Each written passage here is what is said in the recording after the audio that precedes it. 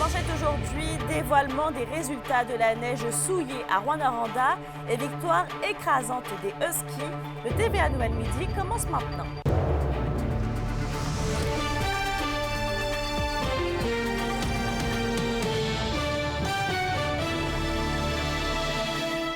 Bonjour tout le monde et merci de nous avoir choisis. On se rappelle de la neige souillée qui avait été retrouvée en mars dernier autour de la fonderie Horn. Eh bien, Mer-au-Front dévoile les résultats de la présence de polluants dans la neige et Kimberly, cela dépasserait largement la zone tampon selon cette analyse vérifiée par la firme Veritas.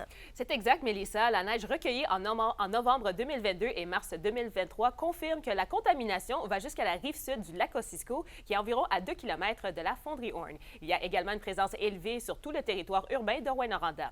Les polluants dans la neige révèlent qu'il y a bel et bien de l'arsenic, du cadmium, du nickel, du plomb, ainsi que dans de nombreux secteurs, de la ville. Et Daniel Green, consultant en environnement, a expliqué la raison pourquoi cette poussière est plus visible en hiver. Contrairement aux autres saisons, les polluants s'accumulent sur la neige au lieu de se disperser avec la pluie ou le vent. Et avec ces nouvelles données, Kimberly, on se doute bien que Mer-au-Front va donc redoubler d'efforts pour que la fonderie Horn respecte les normes pour tous les contaminants. Oui, dans un communiqué transmis aujourd'hui, Mélissa, Mer-au-Front est d'avis qu'il est plus important que jamais que tous les sols du périmètre urbain de Rouyn-Noranda soient décontaminés. La fonderie Horn doit aussi atteindre la norme du 15 nanogrammes d'arsenic dès maintenant et non en 2028, comme l'indique la présente entente ministérielle. Et par ailleurs, Mer-au-Front demande le respect des normes pour tous les contaminants. Une marche est également organisée vers le bureau du premier ministre François Legault pour déposer les échantillons de tir d'érable et d'eau de fonte de Rouyn-Noranda pour se faire entendre. Donc ce soir, au TVA de 18h, je vous donne plus de détails sur le déroulement de cette conférence. D'ailleurs, j'ai également contacté la compagnie Glencore pour avoir leur réaction. Merci Kimberly. Au plaisir. Dans un autre dossier, les nations autochtones vont pouvoir continuer de gérer leur propre système de protection de la jeunesse. C'est un jugement unanime qui a été rendu par la Cour suprême ce matin. On rappelle qu'il y a maintenant 4 ans, après l'adoption du projet de loi C-92 du gouvernement Trudeau, Québec s'était opposé et avait demandé une révision concernant la constitutionnalité. Selon le chef de Kitsisakik, c'est une décision qui aura un impact significatif pour les communautés autochtones. Quand même une décision très satisfaisante pour nous. On a quand même des enfants qui ont, à travers le Canada ou la province qui ont été échappés dans le système vu des adoptions et ainsi de suite. Cela nous permet d'éviter maintenant cette situation-là dans l'avenir. C'est une des raisons pourquoi que nous, comme communauté, on veut être aussi pris partie prenante et être la main-d'œuvre de tout ça. Et en parlant de jeunesse, Québec octroie plus de 2 millions de dollars pour intégrer les activités culturelles dans le parcours éducatif des jeunes au Québec. C'est donc 96 projets qui seront développés et qui permettront à environ 30 000 jeunes de participer à davantage d'activités culturelles dans toutes les régions du Québec. Depuis le lancement du premier appel de projet en 2018, un budget total de 11,64 millions de dollars a permis la réalisation de plus de 580 projets culturels dans tout le Québec. La question du jour TVA, une présentation de Mobilier Bélan qui vous offre depuis plus de 50 ans un service de qualité et un grand choix de matelas, mobilier, électro au prix compétitif que vous recherchez. À la question du jour, on vous demande, y a-t-il assez d'initiatives pour intéresser les jeunes à la culture? Pour voter et commenter, rendez-vous au tvaabitibi.ca.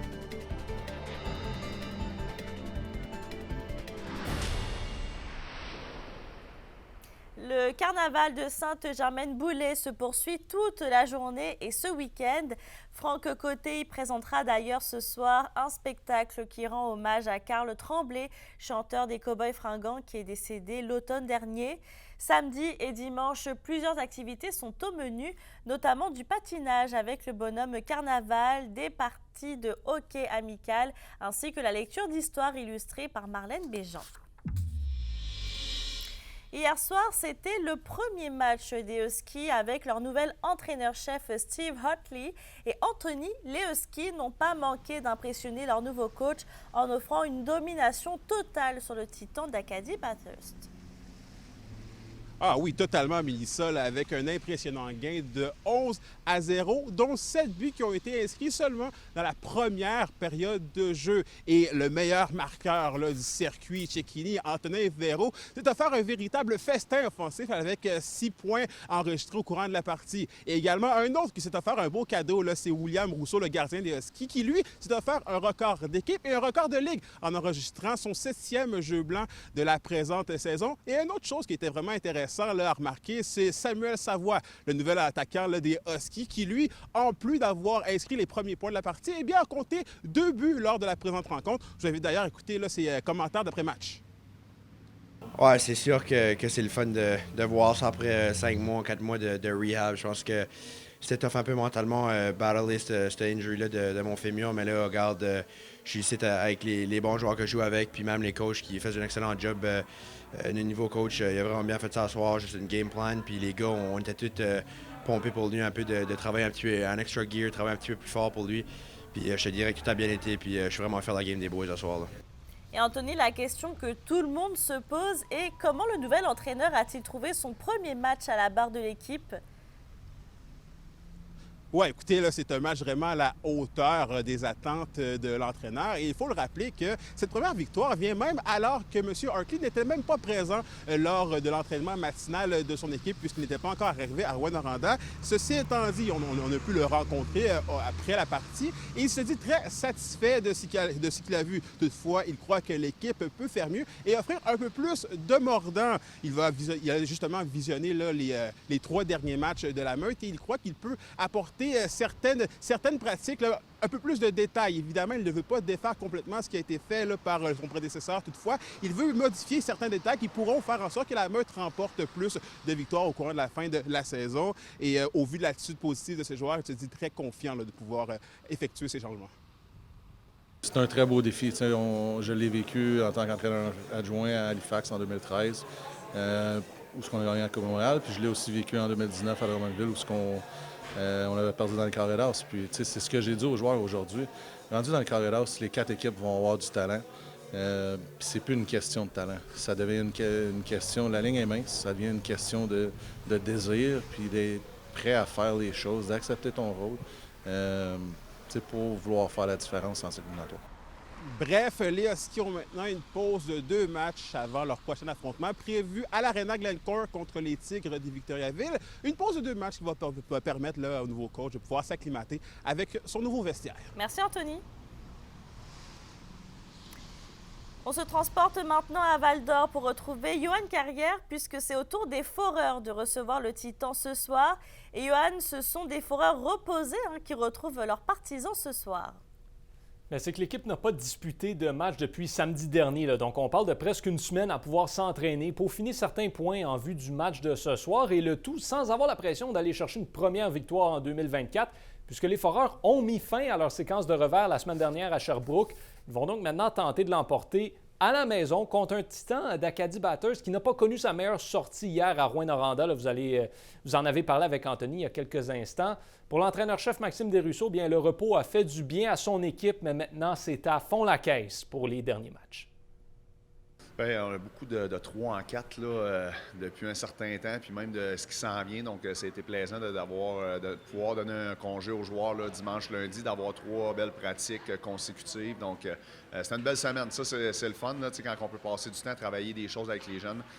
Donc, c'est plaisant, mais oui, assurément, ça... Bien évidemment, les Foreurs vont devoir demeurer disciplinés ce soir. Oui, le désavantage numérique fait bien dernièrement, mais l'équipe est privée des services de Nathan Brisson qui purge une suspension d'1 match. On parle ici d'un des bons attaquants défensifs du Vert-et-Or et donc d'une grosse pièce de l'infériorité numérique. Donc, les joueurs savent qu'ils vont devoir en donner un petit peu plus et éviter le banc des pénalités ce soir, mais s'ils ont besoin de défendre à court d'un homme, bien, les joueurs savent quoi faire. D'ailleurs, le défenseur Nathan Drapeau indique que ça fait quelques matchs que c'est l'ensemble de l'équipe qui contribue au jeu défensif. Nathan, c'est un des très bons joueurs de l'équipe. Il fait sa job offensivement, il fait sa job défensivement. C'est le gars qui va dans les coins, qui frappe, qui bloque des shots. Je pense qu'on sait que ça va être une perte pour nous, mais on a des gars qui sont prêts à step in pour prendre sa position. Là. Je pense qu'on fait tous les petits détails avec Max 2, même en 5 contre 5, si on bloque des shots, dans ce game-là, tous les petits détails vont être importants. Fait que bloquer une shot, étendre le bâton pour couper l'espace de l'adversaire, c'est ça qui fait la différence. Puis on le fait très bien ces temps-ci, fait qu'on veut juste continuer dans cette mentalité-là. Donc, le match de ce soir est prévu pour 19h. Les Foreurs seront aussi en action demain contre les Tigres de Victoriaville. Et on verra si le Vert et Or pourra remporter un premier match à la maison en 2024. Merci, Johan. Au revoir. Le championnat de ski alpin de la CEMAC débute aujourd'hui au centre plein air du Mont Kanasuta, à Rouyn-Noranda. Des skieurs de 5 régions du Québec, soit du Saguenay-Lac-Saint-Jean, de l'Est du Québec, de la Mauricie, de la Côte-Nord et évidemment la nôtre, se rencontrent pour se comparer à l'échelle provinciale dans les catégories U14 et U16. Cet avant-midi, une descente de slalom géant a eu lieu et d'autres se tiendront cet après-midi. Dimanche, le championnat se transporte au Mont Vidéo de Barraute où auront lieu des descentes en parallèle. Pour une nouvelle importante à nous communiquer, contactez-nous. Nouvelle au pluriel à commercial rncmedia.ca, par téléphone 1-866 463 4636 et notre site web tvabtb.ca.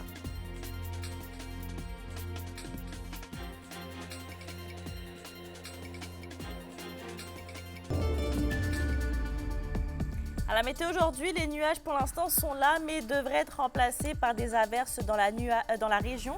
Côté température, il va faire un maximum de 6 et 7 degrés. Pour ce soir et cette nuit, c'est de la pluie intermittente qui va se changer en faible neige intermittente aussi dans la nuit. On aura aussi des nappes de brouillard sur tous les secteurs. Il devrait faire un minimum de 1 degré. Et je termine avec la compagnie minière ontarienne Stria Lithium qui a acquis 12 titres miniers en Abitibi. C'est donc un total de 683 hectares à côté de Saint-Mathieu d'Aricana. Sur ce, je vous souhaite de passer une très bonne journée puis on se retrouve tout à l'heure.